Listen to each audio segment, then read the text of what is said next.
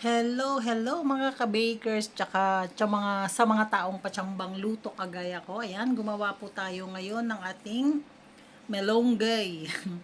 Moringa, malunggay pandesal po. At your service, ang sarap po guys, ang lambot, promise. Napaka-basic lang naman to pero ang lambot talaga. Lambot ng pagkakagawa. Tara, samahan nyo ako. Guys, the moment of truth. Gusto ko yung sunog. Grabe ang lambot. Grabe. Woo. Tingnan nyo yung malunggay niya guys. Kitang-kita sa loob. Kita nyo? Kita nyo ba? Paano ko ba? Yan. Kita nyo? Sarap! Ang lambot! Sausaw sa kape.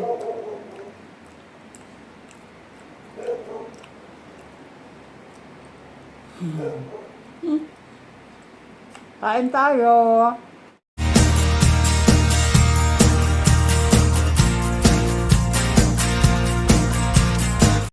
Guys, gagawa tayo ng pandesal. Meron tayong 200 grams na bread flour. Meron tayong itlog. Itlog ng inyong asawa. Isa lang ang kailangan. Iwanan nyo yung isa guys. Kasi mahirap paggamitin yung dalawa. Meron tayong 25 grams ng sugar. Nasa sa inyo yan kung ililes nyo siya. Pero gusto ko yung medyo matamis. Tapos, konti na lang ilagay mong, kahit wala ng palaman, I mean.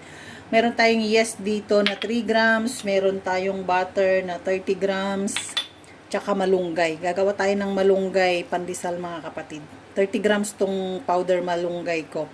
Tapos syempre yung milk natin 125. Dito natin ilalagay ang ating yes mga kapatid. At antayin nating mag-bloom. Yan. Paghalu-haluin ko na kasi or antayin nating mag-bloom ng konti bago natin ihalo ang lahat. Tapos ilagay ko na sa machine. Tingnan natin kung ano ang kalalabasan ng ating malunggay pandesal. Very basic lang po ito mga kapatid. Very basic ang ating pandesal ngayon kasi walang pangkapi bukas. Kaya, sige, let's go na mga kapatid.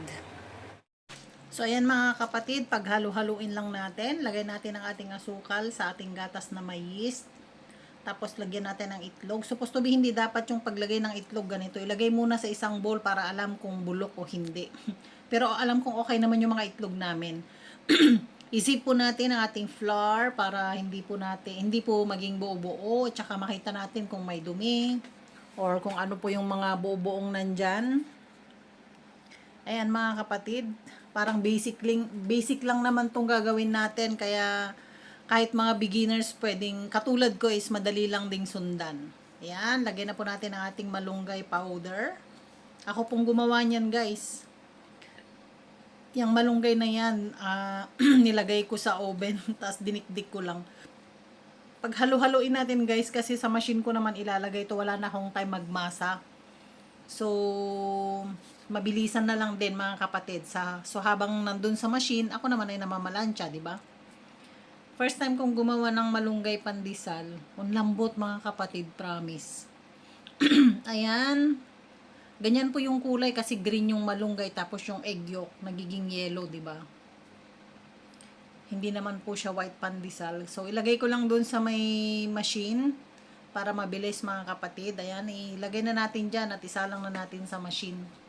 23 minutes yung nandun na pang masa ng machine. Lagay ko na rin yung butter guys, soft na po siya. So bahala na po yung machine dyan maghalo. So ayan, nilagay ko na po. Ayan, andyan na po sa ating machine. Ayan, naghahalo-halo na siya sa isang kamay niya lang. Ayan guys, so habang inaantay natin yan, yung tawag nito, breadcrumbs ko ay blended ko po kasi malalaki. So, mas maganda po yung pino. Ayan, no? Pinipino ko po siya kasi mas maganda. Kasi kung malalaki, magaspang po, mga kapatid. Ang ganda ng kinalabasan ngayon ng aking breadcrumbs, ang pino. Ayan, fast forward na tayo. Ayan, after 21,000 hours. Okay na po yung ating dough. Wow, lambot po mga kapatid, promise. Ang soft niya. Ikat lang po natin sa dalawa at gagawa tayo ng log at ikat-kat na lang natin. Hindi na tayo magbilog-bilog pa kasi wala na po tayong time. Nasa trabaho po tayo. Sinisingit lang natin para may tinapay tayo bukas. Ayan, tinanggal ko lang po yung mga nandyang bubbles. Tapos ikakat ko na po sa dalawa. Sorry, may yung kwan ko. Lalamunan ko. So, ayan guys, kinat ko lang sa dalawa at gumawa ko ng log na dalawa. Ayan, lambot ng ating dough. Hindi siya dry, hindi rin siya basa. Parang katamtaman lang. Ayan, tas ikat na lang natin.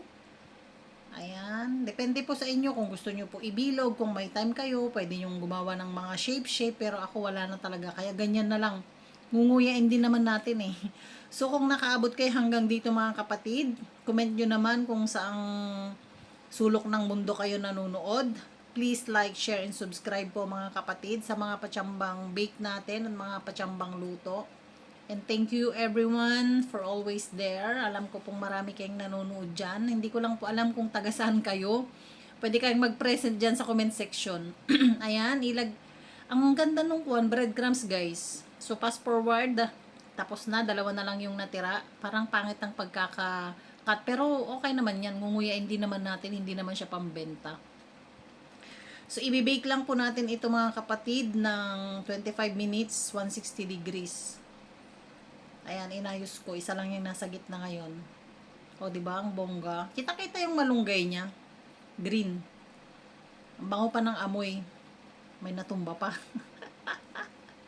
So, ayan na sila mga kapatid. O, diba? Kitang-kita yung malunggay. Sarap. Kahit anong flavor naman, pwede eh. Pero nag-try lang ako kasi may malunggay naman. So, ilagay na po natin sa ating oven. Ang aming oven ay induction. So, 25 minutes, 160 degrees po. Pwede rin sigurong 20 minutes to kasi depende po sa oven ninyo. Pero sa akin, gusto ko yung crunchy-crunchy ng konti. Kaya, ayan. On process. 14 minutes. Ayan, malalaki na sila. Within 14 minutes lang. Ayan, oh. Pwede na. Pwede gang 20 minutes ito eh. Kasi hindi naman siya malalaki. Ayan, mga kapatid. Malapit-lapit na. Ayan na. Ang init.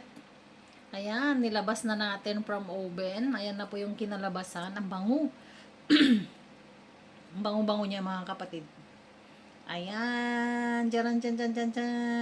Timpla na po kayo ng kape at tayo po ay magkakape na. At ako'y nagugutom na po. Ayan. Thank you everyone for always watching my vlog. Please do share to your neighbor. Ito na po yung marites nyo. At least makatulong pa kayo kung gusto nilang gumawa ng tinapay. Diba? Thank you everyone. See you on my next vlog. God bless us all. Ang lambot, promise. Mainit pa yan kaya hindi ko mapisil masyado. Kakalabas lang, diba? Ayan o, ang init. Nilagay ko sa tray para hindi siya magtubig.